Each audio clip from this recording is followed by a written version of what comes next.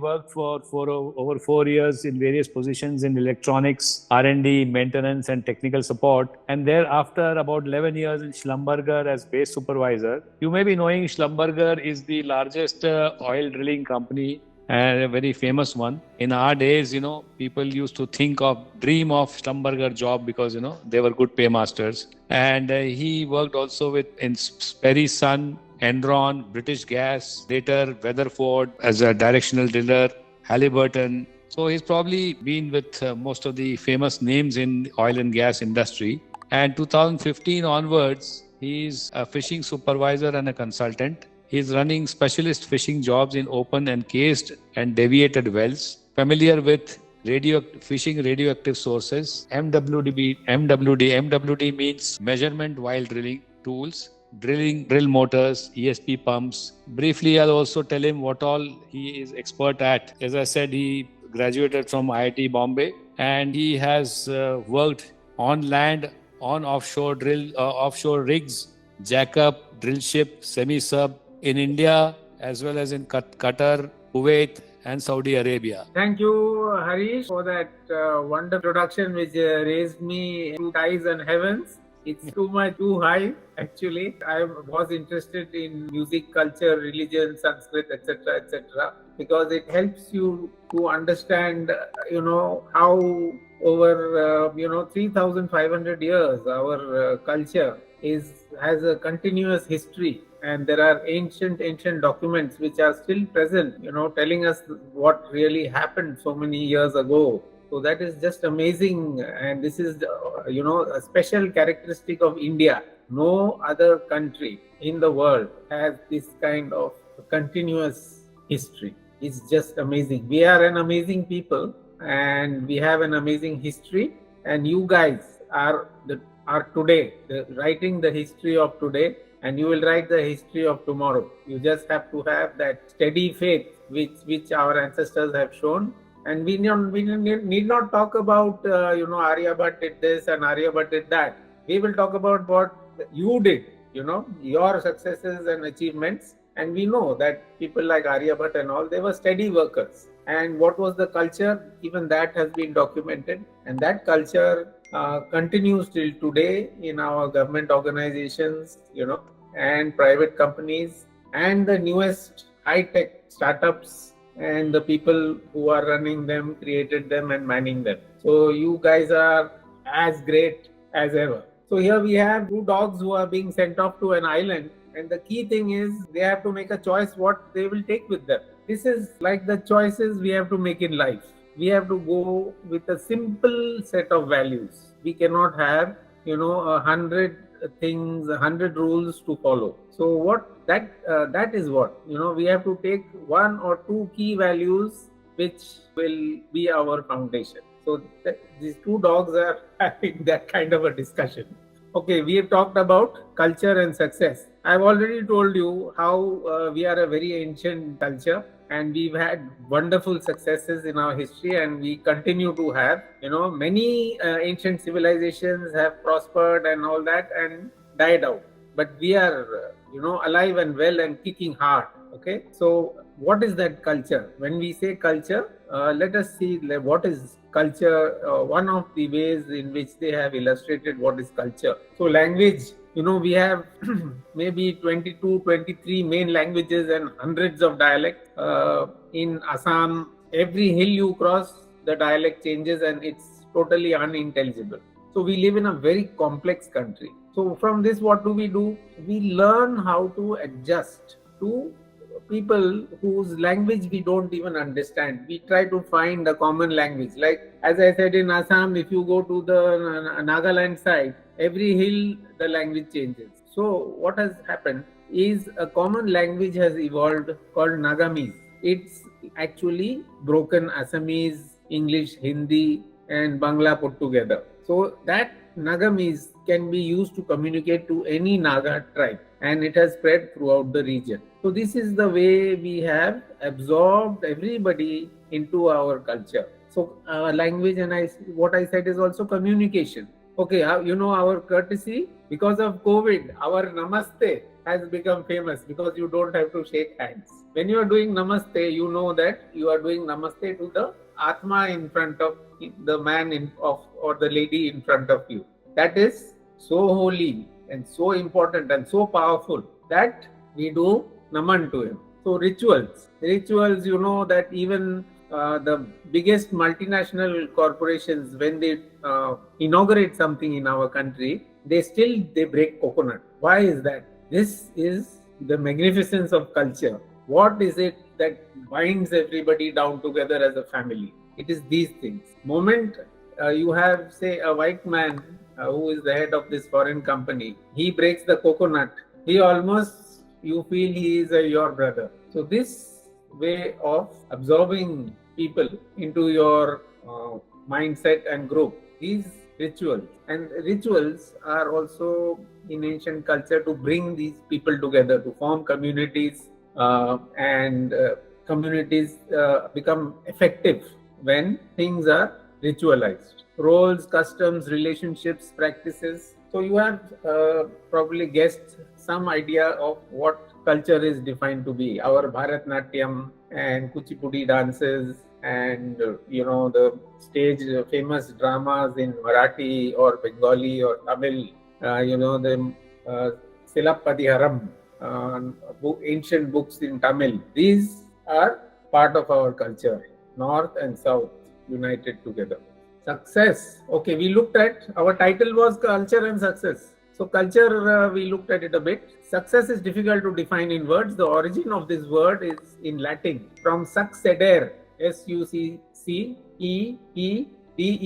succedere, meaning approaching or coming close to something. So the final meaning it gives is arriving at a goal. So that is success. Now, when we are always we have 2 or 3 levels of mind always operating. One is the jealous mind. When somebody gets something success, we look at that person with envy. So when we look at him, we just see the bright side of success. We don't see all the hard work, failures, trials, tribulations, sacrifices, persistence and discipline which has gone in, like waking up at 4 every morning as shown by that alarm clock at the bottom. Our main topic is culture and success. So what I'm trying to get at is success gives you, your happiness and peace of mind gives you that edge in your work, which takes you towards success.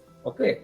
And further, modern science has found that happiness, peace of mind helps in maintaining good health and immunity. Now, if you are on the right path and you do everything on time, and you mask up and blah blah blah, then your mind, body, immunity, everything stays good and protects you from harmful infections and lifestyle diseases, arthritis, diabetes, all these things. Okay, so being on the right path, you are working so sincerely for your company. You're working in a controlled way. Okay, sometimes you may put in a bit of extra work, when things have to be completed on time, and you're not a haphazard worker. This will contribute to your long life and welfare. So when you do for your company, you're doing yourself also some great good. Remember this. Okay. Ancient Indian culture documents searching for inner peace. That you will find in the Ved, in the Upanishads, and so many things. But doesn't mean that you cross your legs, sit on the floor, fold your arms, close your eyes, and do nothing. It encourages action, and not only action, where necessary, it encourages that you have to fight. Okay? So what action gives inner happiness? The action of being on the right path. So every day, so what are the choices those 2 dogs would have made if they were humans choosing an action? Then the action of being on a right path. This is all you need, the action of being on the right path every day. Okay. Further, I do not know of any civilization which has survived till today that did not have God and religion as a moral definer. Okay, so many civilizations existed in many geographical areas in Central Asia. There were so many ancient civilizations. We know from artifacts they left behind, from statues and from carvings and the writings on rock, that they existed and what they thought. but they have disappeared. Okay, so civilizations which have survived always have had God or religion as a moral definer. Morality, the set of rules of correct behavior. So God and religion play a strong role in keeping a civilization and culture alive. So God and religion have brought India to where it is, to that calmness, to the the values of achievement and stuff like that. So civilization and culture are alive continuously in India for more than 3,500 years. Animals and creatures, okay, who do not think, they also live. Now people, highly rational people who think a lot, they may say that there is no God and religion is a negative thing creating division.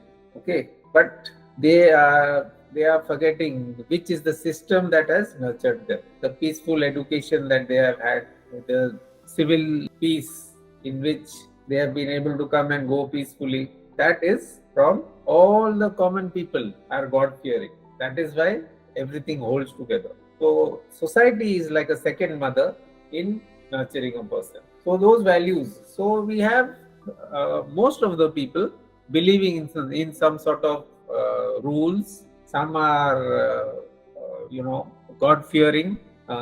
It is very difficult to know what is God. Okay, that is another stuff of a PhD thesis. But whatever practices people have for God, that is sufficient, for the purposes of being on the right path.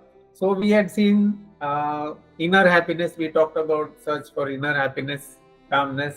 The West encourages outer happiness. So we also have pursued, buying house, car, having driver, having wealth and power, But these are just means to achieve goals, to achieve your results, and per se are not a root cause of good health and peace of mind. So being on the right path is the root cause of good health and peace of mind. Not your car, not your driver, not your wealth and power. Actually, with lots of wealth and power, it is difficult to maintain good health. There are so many things tearing at your wealth and your power, and you are trying to hold on to it. But you have to do it because you have to fight.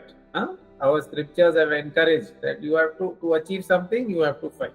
Okay, see, look at these cars. These are material wealth which was shining and brand new at one time and are scrapped. So same thing happens to all material things. But what remains, if you have inner happiness, all this does not affect. Whether it is shining or scrapped, it's the same. You know that, okay, a shining car which is working, it will take you from here to there, and that's what it is. That's all, nothing else. So what do we see here? We see a young man sitting at a table reading a book with his ponytail tied with a string and tied to a peg in the wall. So what is he doing? He is a student and he is laboring very hard. He's falling asleep. So as soon as his head goes down and he falls asleep while sitting, that ponytail gets a tug from that string and the jerk of it wakes him up. Now, hundreds of scholars in this country used to use this method of keeping awake and going on and finishing their quota of hard studies. So, India is one place where you will find this culture of hard study, and all classes of people, all groups are accepting this. Maybe studying from books, studying in schools, studying online courses. So, what is common to all this? Effort, He's fighting, he's striving, means what we said, he is on the right path. What will it give him? It will give him a satisfaction that he is on the right path. It will give him peace of mind. It will contribute to his good health. It will give him special powers. Okay? In ancient culture, effort and striving are key values. You see, these the ancients knew, and it is it is very remarkable that how they knew so many things. How much of human psychology they knew, how much about success they knew. Okay, and humans are a bit lazy and forgetful, so sometimes we get lost the right path.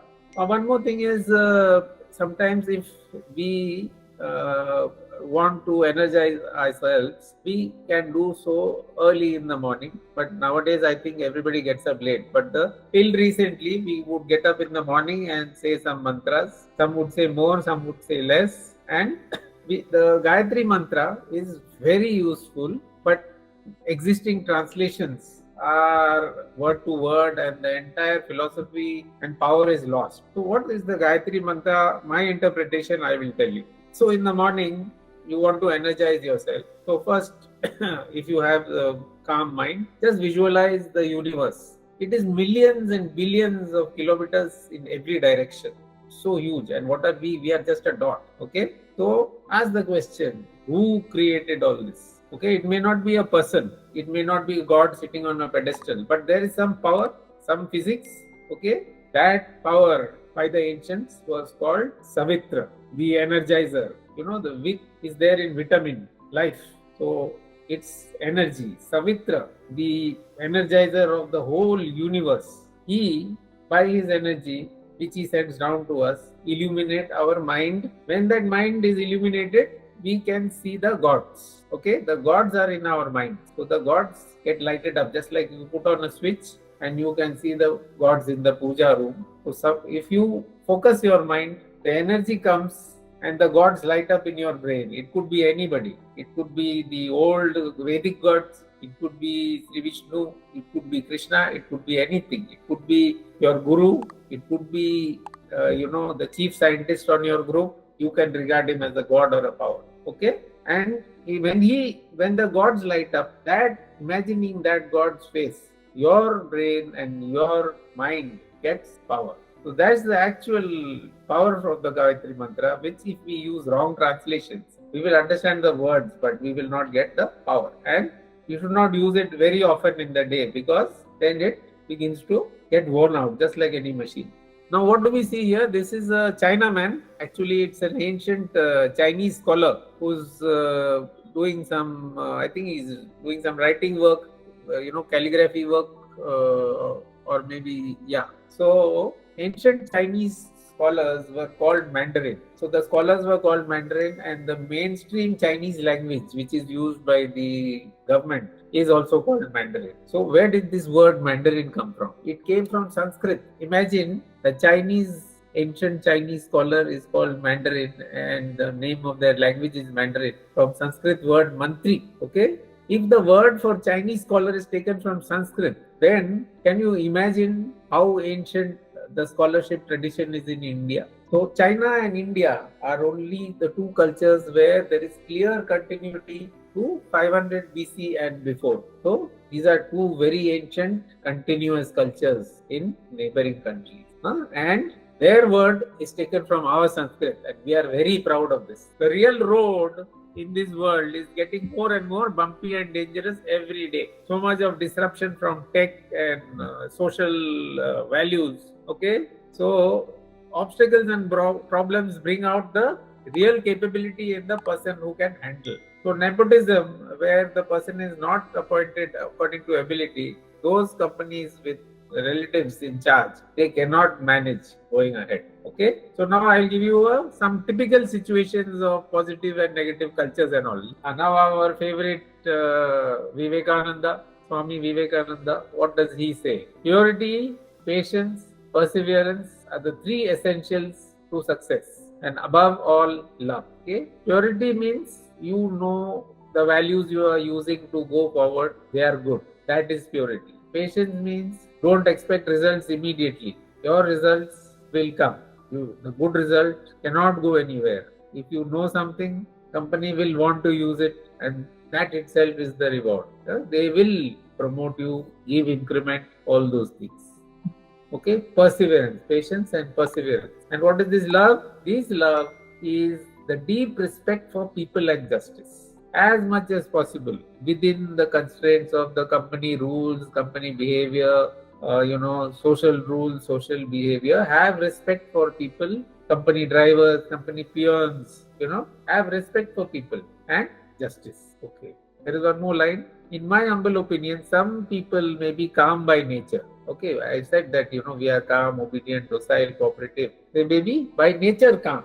Like I know some people, I have never seen this person speak loudly or get angry. I am surprised how he can be like this, but he is like this. Others, they cannot afford to be aggressive or revolt due to poverty or financial constraints. This man is Garib. He knows he cannot be aggressive or fight. So his head is always bent down. Okay, so there are two types of calmness. This is from my personal experience of working with people from so many countries.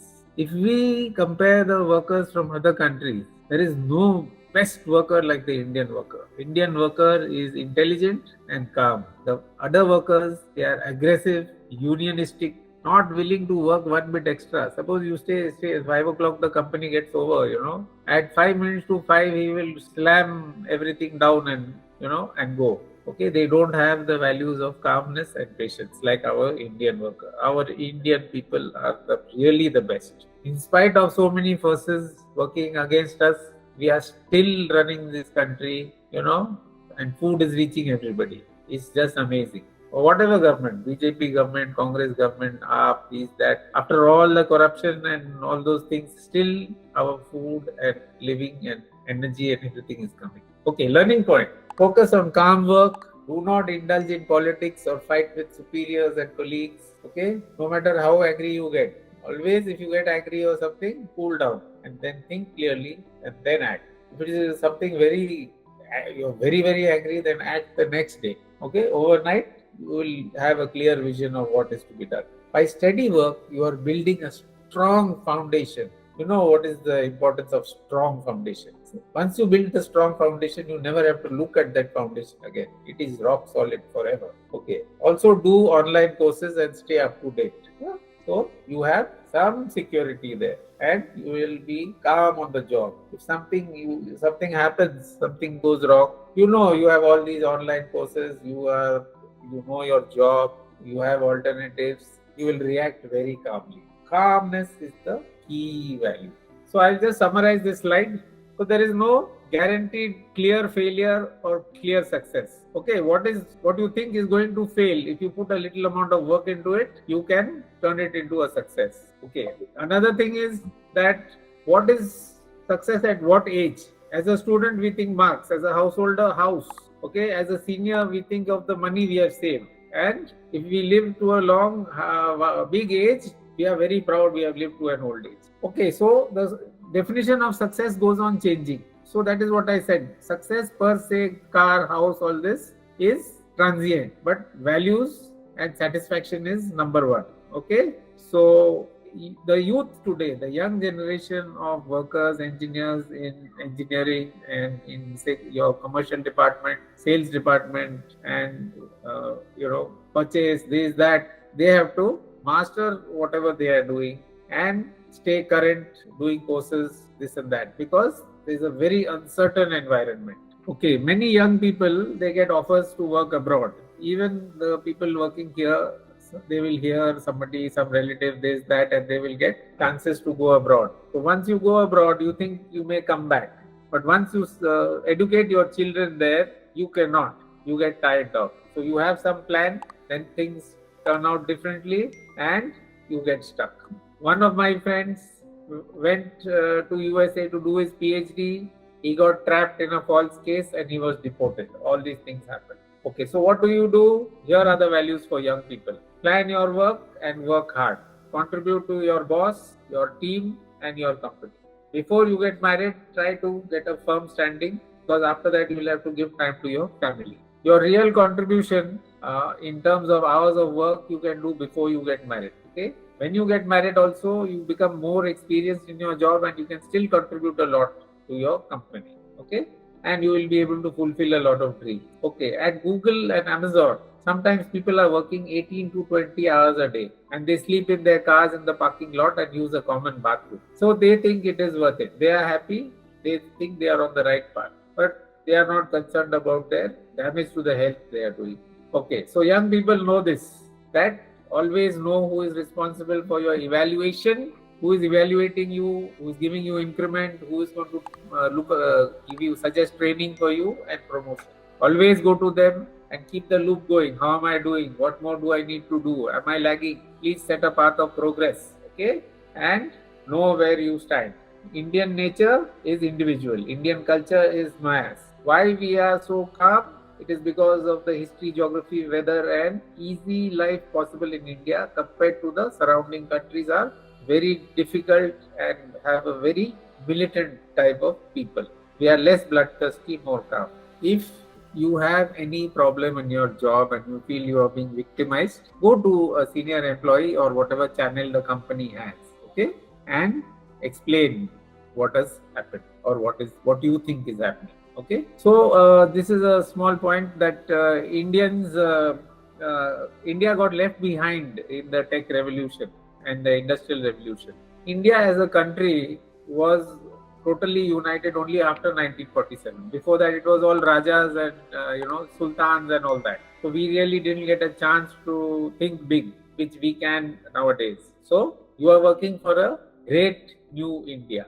Please contribute your bit. So questions, please. I don't think there will be many questions because the basic theme is very simple. We have a great culture, and success is subject to interpretation. So we can do our best.